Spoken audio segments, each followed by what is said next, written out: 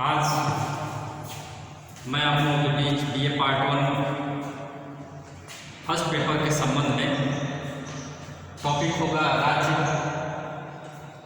उसकी ओरिजिन, राज्य के लिए क्या आवश्यक है, उसकी परिभाषा और तत्व, उन पे मैं चर्चाएं करूंगा। राज्य शब्द अंग्रेजी भाषा के स्टेट का हिंदी रूपांतर है, जिसकी उत्पत्ति यूनानी भाषा के पोलिस शब्द से निकला है। प्राचीन यूनान में जो नगर राज्य हैं उनको पोलिस कहा जाता था। वर्तमान में जो राज्य है वो राष्ट्रीय राज्य है, उनका जो विस्तार है काफ़ी बड़ा है। राष्ट्रीय राज्य का विस्तार काफ़ी बड़ा होता है वर्तमान परिप्रेक्ष्य में, और उस दौर में जो राज्य थे छोटे छोटे रूपों में थे। आगे मैं इनके संबंध में ये बातें करूँगा आपके बीच कि जो भारतीय ग्रंथ हैं, भारतीय ग्रंथों में भी राज्य शब्द का प्रयोग हुआ है। राजनीति विज्ञान के जो विद्वान हैं उन विद्वानों में भी कॉन्ट्राडिक्शन है कि राज्य को हम कैसे राज्य कहेंगे कि ये फला राज्य है। तो इस संबंध में प्राचीन और आधुनिक दोनों प्रकार के विद्वान हैं। मैं प्राचीन विद्वानों में सबसे पहले अरस्तु को लेता हूँ। अरस्तु ने कहा है कि राज्य परिवार और ग्रामों का एक समुदाय है जिसका उद्देश्य पूर्व और आत्मनिर्भर जीवन की प्राप्ति है। अरस्तु ने अपने दौर में जो परंपरागत युग था उस युग में कहा कि राज्य परिवार और गांवों का एक सम्मिश्रण है, समुदाय है, जिसका उद्देश्य है व्यक्ति के जीवन को आत्मनिर्भर बनाना। आगे उसमें सिसरो ने कहा है कि राज्य उस समुदाय को कहते हैं जिसमें वह भावना विद्यमान हो कि सब मनुष्यों को उस समुदाय के लाभों का परस्पर मिलकर उपभोग करना है। इस तरीके से हम देखते हैं कि परंपरागत जो राजनीति विद्वान हैं, परंपरागत राजनीति विद्वानों की परिभाषाएं पूर्ण नहीं है और पूर्णता कब मिलती है जब आधुनिक युग आता है। आधुनिक युग के विद्वानों ने उसमें कुछ जोड़ा है। जैसे मैं फिल्मी मोर विद्वान की एक परिभाषा को आपके सामने कहूँगा। राज्य मनुष्यों का वह समुदाय है जो कि एक निश्चित भूभाग पर स्थायी रूप से बसा और जो एक सुव्यवस्थित सरकार द्वारा उस भूभाग की सीमा के अंतर्गत व्यक्तियों तथा पदार्थों पर पूरा नियंत्रण तथा प्रभुत्व रखता और जिसे विश्व के अन्य किसी भी राज्य से संधि या युद्ध करने अथवा अन्य किसी प्रकार से अंतर्राष्ट्रीय संबंध स्थापित करने का अधिकार प्राप्त है। फिल्मी मोर ने कहा है कि जो राज्य है, राज्य की इतनी स्वतंत्रता होनी चाहिए कि वो राज्य माने इतनी स्वतंत्रता के साथ किसी भी दूसरे देश से अपना राजनीतिक, आर्थिक, इस तरीके का जो संबंध है वो तय करे, उसमें कोई व्यवधान में कोई बाधा आ सके। फिल्मी मोर ने भी राज्य के आवश्यक तत्वों में 4 प्रकार के तत्वों का जिक्र किया है। पहला है निश्चित भूभाग, दूसरा है पहला है जनसंख्या, दूसरा है निश्चित भूभाग, तीसरा है सरकार और चौथी जो महत्वपूर्ण राज्य के आवश्यक तत्वों में है संप्रभुता। इन 4 का जिक्र फिल्मी मोर ने अपनी परिभाषा में किया है। मैं जब इस राज्य चैप्टर के संबंध में जा रहा हूँ तो डॉक्टर गार्नर की एक परिभाषा है। गार्नर ने कहा है राजनीति विज्ञान तथा सार्वजनिक धारणा के रूप में राज्य संख्या में कम या अधिक व्यक्तियों का ऐसा संगठन है जो किसी प्रदेश के निश्चित भूभाग में स्थायी रूप से रहता हो, जो बाहरी नियंत्रण से पूर्ण स्वतंत्र या लगभग स्वतंत्र हो और जिसका एक संगठित शासन हो, जिसके आदेशों का पालन नागरिकों का विशाल समुदाय स्वभावतः करता। जो राज्य है, राज्य के लिए निश्चित भूभाग का होना आवश्यक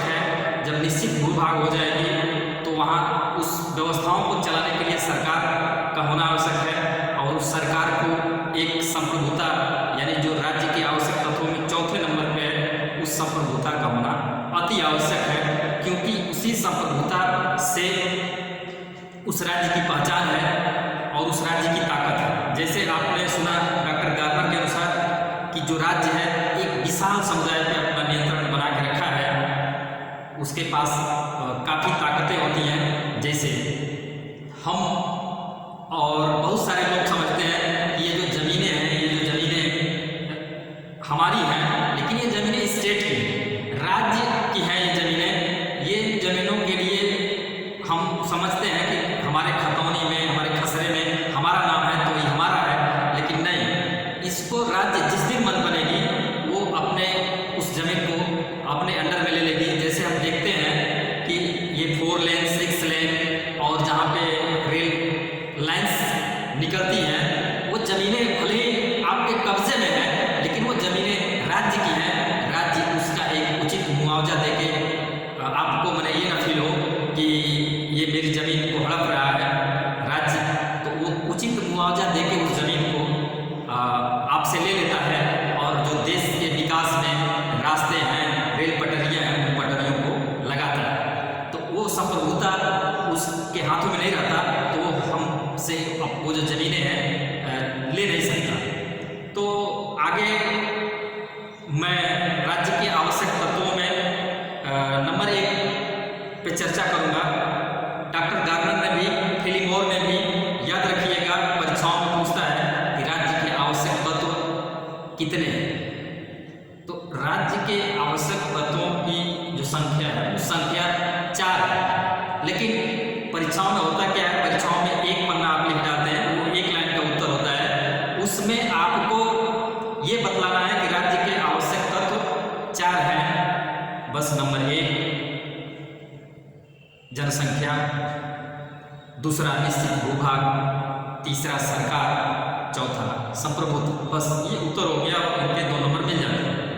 लेकिन आप उसको 1 पन्ने में लिखेंगे और आप समझ रहे हैं कि वो 2 ही नंबर के और 1 पन्ने लिखेंगे और वो भी उत्तर सही नहीं रहेगा, तो परीक्षक आपको उसमें उसके ऊपर है कि आपको नंबर देगा कि नहीं देगा, लेकिन आपको सटीक उत्तर देना है। बस 1 लाइन का उत्तर है और आपको 2 नंबर मिल जाएंगे। मैं जनसंख्या पे बात करूँगा। किसी भी राज्य के निर्माण में जनसंख्या का महत्वपूर्ण रोल है। तो जो विद्वान हैं उन विद्वानों में कहा है कि राज्य के निर्माण में जनसंख्या का होना आवश्यक है, और जहाँ पे संगठन रहेगा, जब लोगों का संगठन, तो वही मिलके एक राज्य का निर्माण करता है। तो राज्य के निर्माण में जनसंख्या महत्वपूर्ण है। यदि जनसंख्या नहीं है तो राज्य का अस्तित्व भी नहीं है, हम कल्पना भी नहीं कर सकते। और पहले भी और आज भी, बहुत पहले तो मैं आप लोगों को बतलाना चाहूँगा कि राजा रजवाड़ों का दौर था। उस जमाने में जो राज्य है, राज्य का विस्तार इसीलिए किया जाता था कि हमारा राज्य यहाँ से यहाँ तक है। लेकिन जब राष्ट्रीय राज्यों का रूप आ गया तो आप उस दौर में थोड़ा सा पीछे जाएंगे तो उसमें आप अमेरिका को देखेंगे, चीन को देखेंगे, दक्षिण कोरिया को देखेंगे। इन लोगों ने अपने राज्य के विस्तार के लिए, चीन भारत के हिस्से में भी आ गया है राज्य के विस्तार में, यानी वो कब्जा कर रखा है। चीन पाकिस्तान के भी हिस्से में कुछ कब्जा कर रखा है, चीन नेपाल के भी हिस्से में कुछ कब्जा कर रखा है। तो राज्य का विस्तार जितना होगा, देश उतना समृद्ध और शक्तिशाली होगा। आगे मैं आप लोगों को बतला दूं, प्लेटो ने अपनी पुस्तक रिपब्लिक में लिखा है कि एक राज्य में 5040 यानी 5040 लोग रहेंगे तो राज्य सबसे अच्छा है।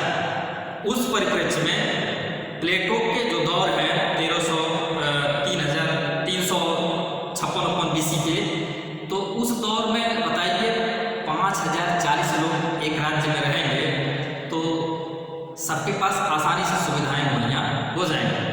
लेकिन जब हम आगे बढ़ते हैं तो अरस्तु के दौर में उनका जो चेला है, प्लेटो का चेला अरस्तु ने कहा कि उसको 10,000 तक लेके गया कि एक राज्य में जो जनसंख्या है वो जनसंख्या 10,000 होनी चाहिए। यानी प्लेटो 5,000 और अरस्तु 10,000। तो उसने कहा कि 10,000 पे एक राज्य का निर्माण होना चाहिए जनसंख्या पे, और सबके पास हम 10,000 लोगों के पास तक सुविधाएं मुहैया कर सकते हैं। तो प्लेटो अरस्तु से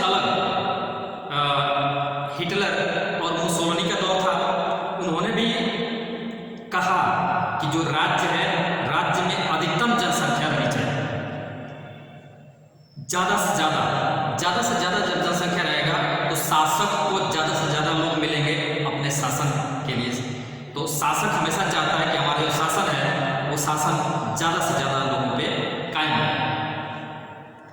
तो आगे गार्नर ने जनसंख्या के संबंध में कहा है कि जनता राज्य के संगठन के निर्वाह के लिए संख्या में पर्याप्त होनी चाहिए तथा यह उससे अधिक नहीं होनी चाहिए जितनी के लिए भूखंड तथा राज्य के साधन पर्याप्त हैं। गार्नर ने यही कहा है कि जो जनता है, जनता उतनी ही होनी चाहिए जितना भूखंड से यानी जमीन से बेसी जब लोग होंगे तो जो दिक्कतें हैं, जो परेशानियां हैं, वो परेशानियां सब लोगों को मिल के उठानी होगी। तो उन्होंने कहा कि सबको यदि सुविधाएं मुहैया करानी है तो वो सबके पास जाएंगी, तो उस जाने के लिए निश्चित लोगों की माने जनसंख्या होनी चाहिए।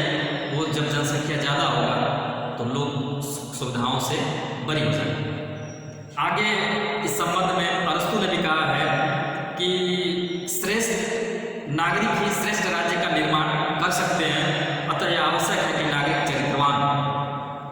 तो अरस्तु ने भी सही कहा है कि जब श्रेष्ठ नागरिक होंगे तो जब देश के सारे लोग अच्छे होंगे तो देश भी अच्छा होगा, और जब देश अच्छा होगा तो वहाँ रहने वाले सारे आदमियों का जो चरित्र है वो चरित्र ब्राइट होगा, यानी उज्जवल होगा, अच्छा होगा।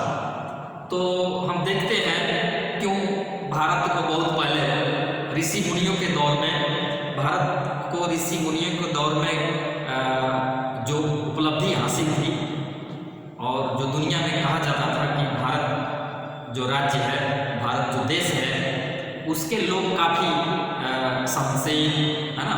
जैसे हम महावीर, हमारे यहाँ हिंदुस्तान में पैदा हुए महावीर के जो विचार हैं विदेशों में गए, गौतम बुद्ध के विचार विदेशों में गए। आप देखते हैं इन लोगों के वजह से भी भारत का नाम दुनिया के देशों में है कि ये लोग भारत में पैदा हुए और कितना बेहतर इन्होंने अपने देश को सजाया संवारा है। उनके विचारों को दुनिया के देशों ने अपनाया।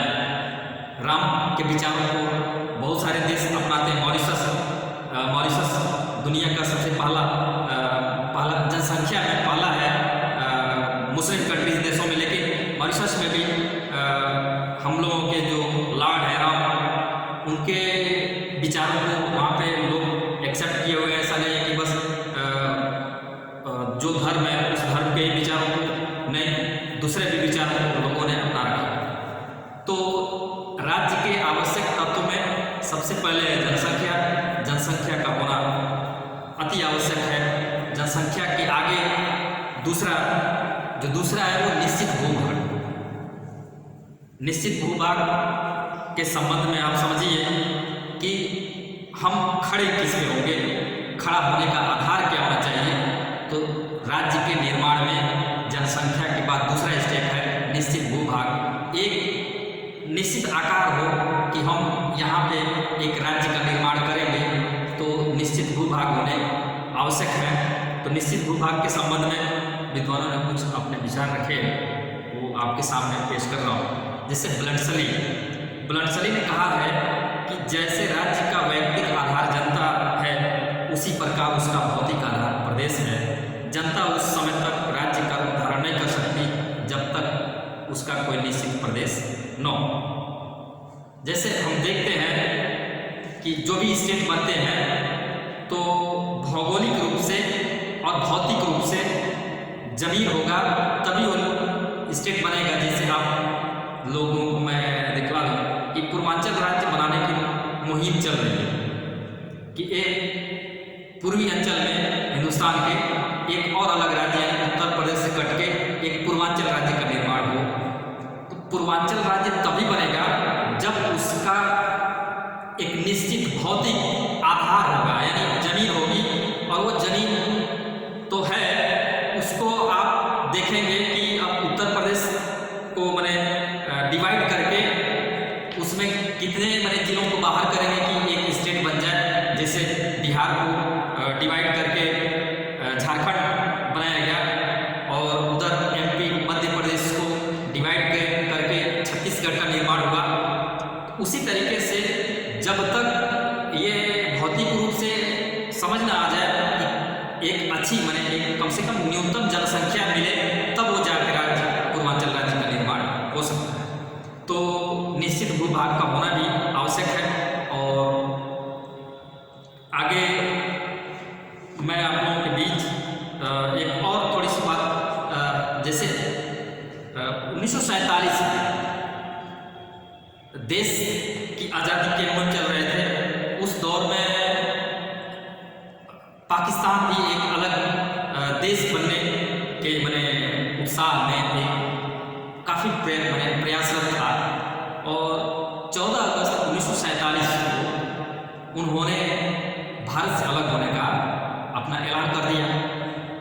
तो उस दौर में भी जो पाकिस्तान बनता है, पाकिस्तान एक निश्चित भूखंड पे स्थित है और वो निश्चित भूखंड ही एक अलग देश बनाने के लिए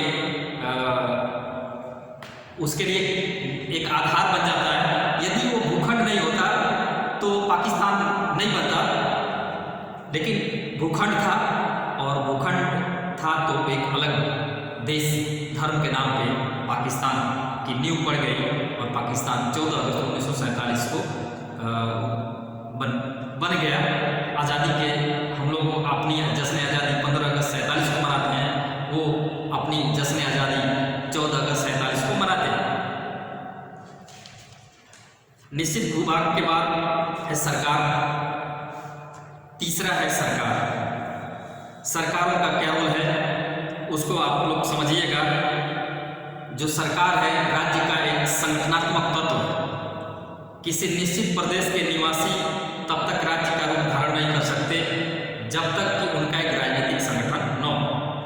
यह राजनीतिक संगठन सरकार है और वो जो सरकार है, सरकार अपने नीतियों को लोगों के बीच क्रियान्वित करती है और जो सरकार है राज्य का एक अभिन्न अंग है जिसके द्वारा उन उद्देश्यों की पूर्ति करता है जिसके लिए उसका संगठन सरकार की व्यवस्था स्थापित करती है और कानून पालन करने के लिए पुलिस या अन्य प्रकार की शक्ति का प्रयोग करती है। इस प्रकार राज्य सरकार का एक अत्यंत महत्वपूर्ण निर्धारक तत्व। सरकारों का रोल है कि वो उस राज्य में कानून व्यवस्था है ना और भी जो सुख सुविधाएं हैं लोगों के बीच कैसे मुहैया होंगी, ये सरकारों के ऊपर है। सरकार उन चीज़ों को उन अपने नागरिकों तक पहुंचाने की कोशिश करे, तो सरकार का होना राज्य के लिए आवश्यक है। और सरकार नहीं है तो जो राज्य है, राज्य अनियंत्रित हो जाएगा। जो हब्स है, हब्स के दौर में चला जाएगा कि जो वहाँ पे कोई किसी का सुनेगा नहीं। जो बलशाली होगा तो अपने छोटों पर शासन करेगा, लेकिन उस दौर को हटाते हुए जो सरकार है, सरकार का निर्माण किया जाता है कि जो सरकार होगी वो ऊंच नीच है ना, लिंग, इन सब चीज़ों को हटा के सबको बराबर नजरिए से देखेगी। तो जो सरकार है राज्य के आवश्यक तत्वों में तीसरे नंबर पे आता है। चौथे की बात कर लेता हूँ जो अंत में है। चौथा है संप्रभुता। संप्रभुता को समझ लीजिए क्या है। संप्रभुता ही राज्य का वो लक्षण है जो उसे अन्य समुदायों से अलग बनाता है। संप्रभुता का मतलब है कि जो शासन है, यदि राज्य है, निश्चित भूभाग है और जनसंख्या है, तो उस पर कंट्रोल करने को ही हम संप्रभुता कहते हैं। यदि ये कंट्रोल करने की ताकत राज्य सरकारों के पास ना आवे तो फिर सरकार, निश्चित भूभाग और जनसंख्या इतनी अनियंत्रित हो जाएगी कि उनकी बात को कोई सुनेगा नहीं। संप्रभुता सरकार के पास होनी चाहिए, वो इसलिए कि वो उसी संप्रभु शक्ति के तहत राज्य में अपने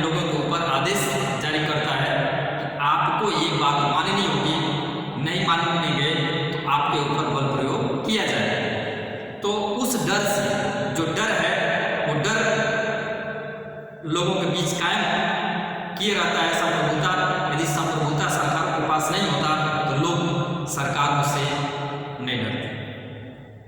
सरकार मनमानी भी करती है तो लोगों के पास ये ताकत है कि वो उनको अपना विचार दे सकते हैं कि आप ये चीज़ें गलत कर रहे हैं।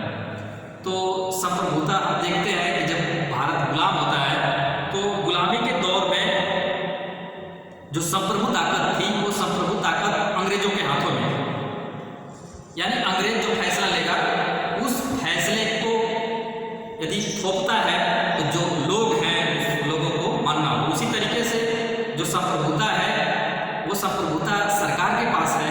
सरकार जो भी फैसले लेती है उस फैसले को लोगों को मानना होगा। यही संप्रभुता है। यानी संप्रभुता एक शक्ति है और उस शक्ति को लोगों को मानना होता है। तो आज हम अपने आज के वीडियो में राज्य, उसकी परिभाषा एवं